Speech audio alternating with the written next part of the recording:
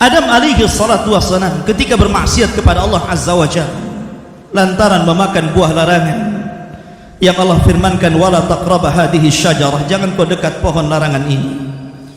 Akhirnya Allah subhanahu wa ta'ala takdirkan Adam bermaksiat, kemudian Adam pun memakan buah larangan tersebut. Akhirnya Allah usir, qul nahbitu minha jami'ah, keluar kalian dari surga. Maka mereka keluar semua, baik Adam, Hawa ataupun iblis. Maka mereka akan menjadi musuh ketika di dunia. Ba'duhum aduwwa li ba'di, sebagian mereka akan menjadi musuh bagi yang lainnya. Ketika Adam sudah diturunkan dari sorga menuju dunia, dan itu sudah ditakdirkan memang Adam akan menjadi khalifah di permukaan bumi, sebagaimana Allah firmankan kepada para malaikat, inni ja'ilun fil ardi khalifah, aku akan jadikan bumi ini khalifah, makhluk yang bergenerasi. Maka Adam pun diturunkan ke bumi. Kemudian untuk keberlangsungan umat manusia, maka kemudian Adam pun diberikan keturunan, setiap melahirkan selalu kembar, laki-laki dan perempuan. Dan Hawa berhasil melahirkan sampai 20 kali, sehingga seluruh putra putri Adam itu jumlahnya 40, 20 laki-laki dan 20 perempuan. Ketika anak-anak Adam sudah besar sehingga sudah layak satu dengan mereka menikah, maka Allah subhanahu wa ta'ala mensyariatkan kepada Adam untuk menikahkan silang antara putra dan putrinya. Kebetulan ketika itu Habil memiliki putri yang kembar, akan tetapi wajahnya kurang cantik.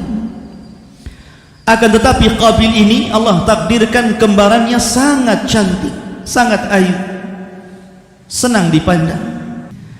Ma'asyiral muslimin rahimani wa rahimakumullah. Akhirnya Allah subhanahu wa ta'ala mensyariatkan agar kedua putra Adam ini menikah. Habil ketika itu mewarisi akhlak Nabi Adam alaihi salatu wassalam. Bahkan seandainya Habil tidak dibunuh, tentu dia akan menjadi seorang nabi, karena dia mewarisi sifat-sifat Nabi Adam dan akhlak Nabi Adam alaihi salatu wassalam. Berbeda dengan Qabil. Qabil ini memiliki perangai yang jahat, perangai yang hasad, sehingga ketika dia disuruh menikah dengan kembaran si Habil, dia tidak terima, timbul hasad. Disinilah kisah dimulai, ikhwatu fiddin yang dimuliakan Allah azza wa jalla. Qabil menolak untuk menikahi kembarannya Habil.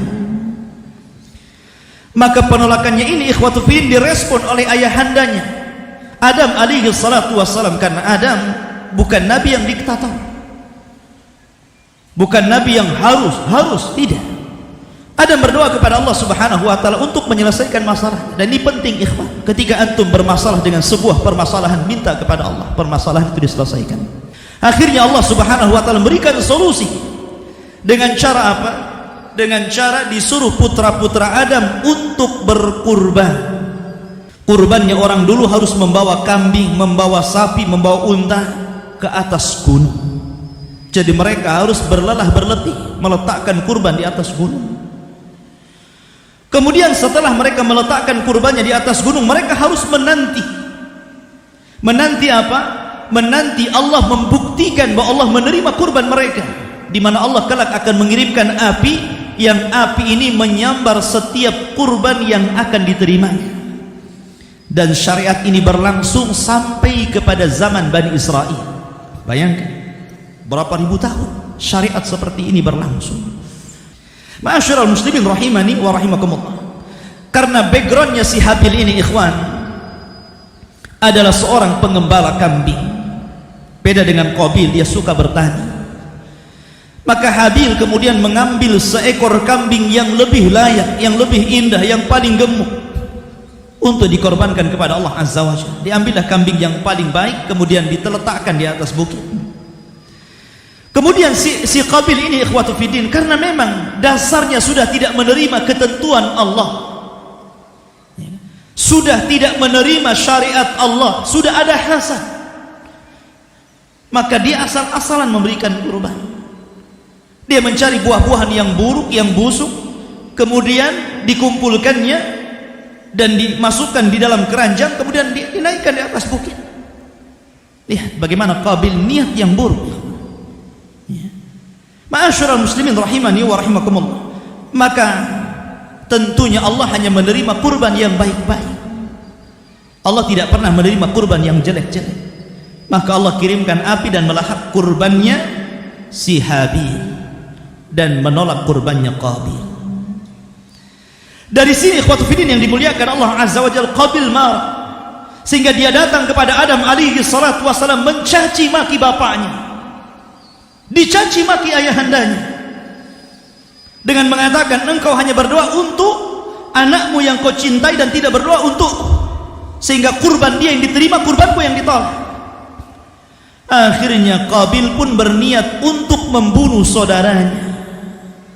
Makanya Allah Subhanahu wa taala firmankan, watslu alaihim naba abnai adam bil haqq. Bacakan kepada mereka ya Muhammad tentang kisah dua putra Adam, Qabil dan Habil. Idz qarraba qurbanan, ketika keduanya berkurban, fatuqbila min ahadihima, kemudian Allah menerima salah satunya, walam yutaqabbal minal akhar, dan satunya lagi ditolak. Apa yang terjadi? Maka Qabil mulai mengancam kepada Habil, la aqtulanna, saya akan bunuh kamu. Lihat, berawal dari hasad, berakhir mengancam membunuh. Ma'asyiral muslimin rahimani wa rahimakumullah. Kemudian di sini setelah Qabil kemudian mengancam, la aqtulanna, saya akan bunuh kamu. Tapi Habil ikhwatu fiddin sekali lagi dia mewarisi sifat Nabi Adam, sehingga dia mengatakan, innama yataqabbalullahu minal muttaqin. Ya Qabil, Allah Subhanahu wa taala hanya menerima korban orang-orang yang bertakwa. Kemudian di sini Habil mengatakan, sekiranya engkau wahai Qabil hendak menjulurkan tanganmu untuk membunuh aku, saya tidak akan membunuh kamu.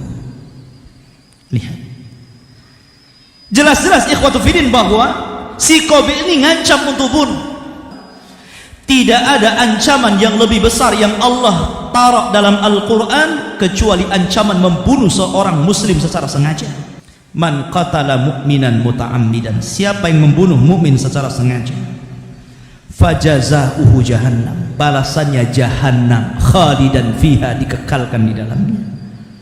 Wa ghadiballahu alaihi, Allah murka kepadanya. Wa la'anahu, Allah laknat dia. Wa a'addahu adzaban 'azima, dan Allah berikan azab yang sangat besar. Kemudian Allah Subhanahu wa taala katakan, inni akhafullaha rabbal alamin. Habil bukan tidak berani kepada Qabil, karena ahli tafsir mengatakan bahwa badan Habil ini lebih besar daripada Qabil, lebih kuat daripada Qabil.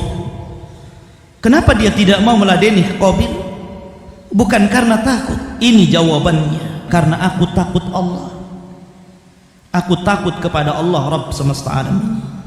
Ini menunjukkan bukan karena takut, tidak, tapi karena takut yang di atas, bukan takut meladeni si Qabil.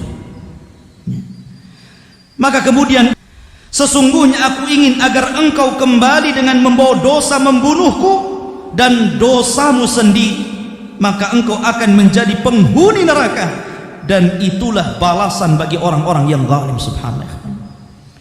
Maka setiap pembunuhan sejak zaman Qabil membunuh Habil sampai kiamat dibangkitkan, maka Qabil akan menerima dosa seluruh orang-orang yang membunuh di permukaan bumi.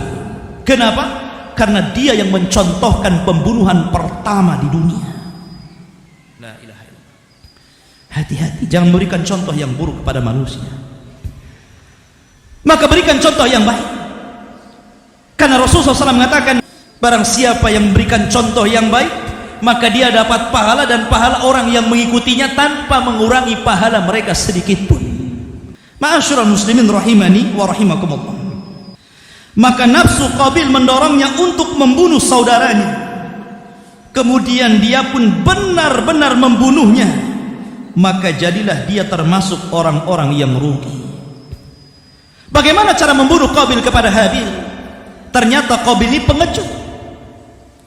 Qabil ini tidak berani kepada kakaknya Habil, sehingga dia menggunakan cara yang licik. Sebagian ahli tafsir mengatakan, ada yang mengatakan bahwa Qabil mencekik Habil dari belakang kemudian sampai meninggal. Ada juga yang mengatakan meletakkan tali kemudian sampai meninggal. Dan pendapat yang masyhur dari kalangan ulama tafsir, dan ini yang paling rajih, aqrab wallahu a'lam, adalah Qabil membunuh Habil dengan cara membenturkan batu di kepalanya. Itu pun ketika Habil sedang lelap tertidur. Sebab kalau seandainya 1 lawan 1 dan sedang terjaga ikhwan, pasti kalah si Habil. Tidak mungkin menang. Karena Habil lebih besar badannya, lebih kuat, lebih kekal. Sehingga dengan cara yang licik. Di si Habil ketika tidur di kebunnya, di tempat pengembala kambingnya, Qabil ini datang membawa batu besar, kemudian menghajar kepalanya sehingga mati di tempat. Kemudian ketika itu Qabil bingung, udah mati karena sebelumnya tidak ada orang yang meninggal, sehingga bingung bagaimana cara merawat jenazahnya. Maka kemudian disinilah kemudian Allah mengutus seekor burung gagak yang sedang menggali tanah untuk diperlihatkan kepada Qabil bagaimana dia seharusnya menguburkan mayat saudaranya. Jadi ketika itu Allah mengutus 2 burung gagak. 2 burung gagak ini sedang bertarung. Ya. Kemudian mati salah satu dari kedua burung ini. Ya. Sehingga kemudian yang berhasil membunuh burung gagak itu akhirnya apa? Mengorek-orek tanah dengan patuknya dengan tangannya. Setelah dalam, kemudian diambil jasad saudaranya, kemudian diletakkan di tanah itu, kemudian dikorek-korek kembali. Barulah di situ kemudian Qabil mulai berpikir. Dia mulai berpikir bahwa menguburkan si Habil saudaranya. Maka dari situlah kemudian dia mengambil cangkuk dan skopnya, kemudian menggali tanah dan meletakkan jasadnya Habil, kemudian menguburkannya. Kemudian dia mengatakan apa? Lihat bagaimana kata-kata Qabil. Beliau mengatakan, duhai celaka aku, mengapa aku tidak mampu berbuat seperti burung gagak itu, sehingga aku dapat menguburkan mayat saudaraku ini. Dia merasa bahwa dia lebih jahil daripada burung, begitu kan? Makanya dia mengatakan di ujung ayat, fa asbaha minan nadimin, maka dia termasuk orang-orang yang menyesal. Bukan menyesal karena membunuh Habil, bukan. Sebab kalau seandainya dia menyesal karena membunuh Habil, dia akan bertobat. Tapi dia tidak pernah bertobat.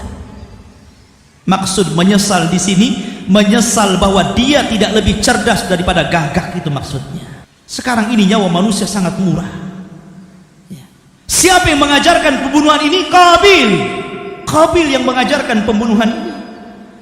Maka siapapun yang membunuhnya, maka Qabil memiliki kiflun ala qatli bani Adam. Dia punya tanggung jawab besar atas pembunuhan yang dilakukan anak Adam. Ma'asyiral muslimin rahimani wa rahimakumullah. Maka kisah ini kisah yang sangat baik, ikhwatu fillah yang dimuliakan Allah azza wa jalla. Maka ketika Qabil telah membunuh Habil, dia tidak bertobat, naudzubillah. Justru dia akhirnya mengasingkan diri dari kabilah Adam alaihi salatu wasalam. Dia memilih mengambil istrinya ke lembah dan dia hidup sendiri, membuat keturunan sendiri di situ.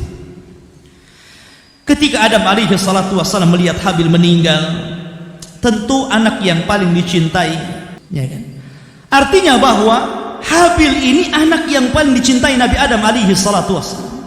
Makanya ketika Allah melihat kesedihan Adam alaihi salatu wassalam, akhirnya Allah ganti posisi Habil dengan Allah berikan hadiah berupa anak yang saleh sama dengan Habil, namanya Syith. Syith itu dalam bahasa Nabi Adam di zaman itu namanya hibah, hibatullah, artinya hadiah dari Allah untuk menggantikan Habil. Yang kemudian Syith inilah yang akan menjadi nabi pertama setelah Adam alaihi salatu wassalam. Ma'asyiral muslimin rahimani wa rahimakumullah. Kembali bahwa intinya bahwa ketika Qabil meninggal dunia, maka kaumnya ingin menguburkan Qabil, tapi syaitan datang. Syaitan datang menjelma sebagai orang saleh dan mengatakan kepada kaumnya Qabil, alangkah indahnya kalau Qabil ini kita muliakan. Jangan cara seperti ini, kita muliakan. Maka jasad itu kemudian diletakkan di satu tempat, kemudian sebelum jasad itu dimuliakan, maka syaitan membuat seruling. Makanya Rasul mengatakan apa? Al-mazamiru minasyaitan. Ya, seruling itu dari syaitan. Jadi suara seruling itulah suara syaitan. Disinilah sejarah musik pertama sepanjang abad manusia. Kemudian ditiuplah seruling itu. Ketika itu umat manusia belum pernah mendengar instrumen lagu. Suara seruling itu belum pernah mendengar orang itu. Sehingga akhirnya oleh dua kabilah ini terdengar, karena setan ini sengaja meniup di tengah-tengah, di antara kabilah Syis dan kabilah Qabil. Maka akhirnya mereka terus mendengarkan dari mana suara seruling yang indah ini, karena sebelumnya mereka belum pernah mendengar musik. Akhirnya kabilah Syis ini makin mendekat kepada suara seruling tadi. Kabilah Syis juga mendekat, kabilah Syis mendekat, kabilah Qabil mendekat. Maka setelah terdekat ikhwatu fiddin, yang laki-laki melihat wanita yang cantik melihat laki-laki yang tampan. Apa yang terjadi? Antum paham sendiri. Ya. Maka akhirnya karena sering ketemu, terjadilah tabarruz dan ikhtilat. Ikhwan, dosa itu kan tadarruj, berawal dari membunuh, kemudian musik. Biasanya kalau habis musik ikhtilat, habis ikhtilat zina, habis zina pasti minum khamr. 3 rangkaian ini pasti ada di tempat hiburan. Ma'asyiral muslimin rahimani wa rahimakumullah. Artinya akhirnya kemudian terjadilah perzinahan di antara mereka. Syaitan berhasil mengacaukan Bani Adam. Sampai akhirnya Syis meninggal, Qabil meninggal. Maka Allah subhanahu wa ta'ala utus Nabi Idris.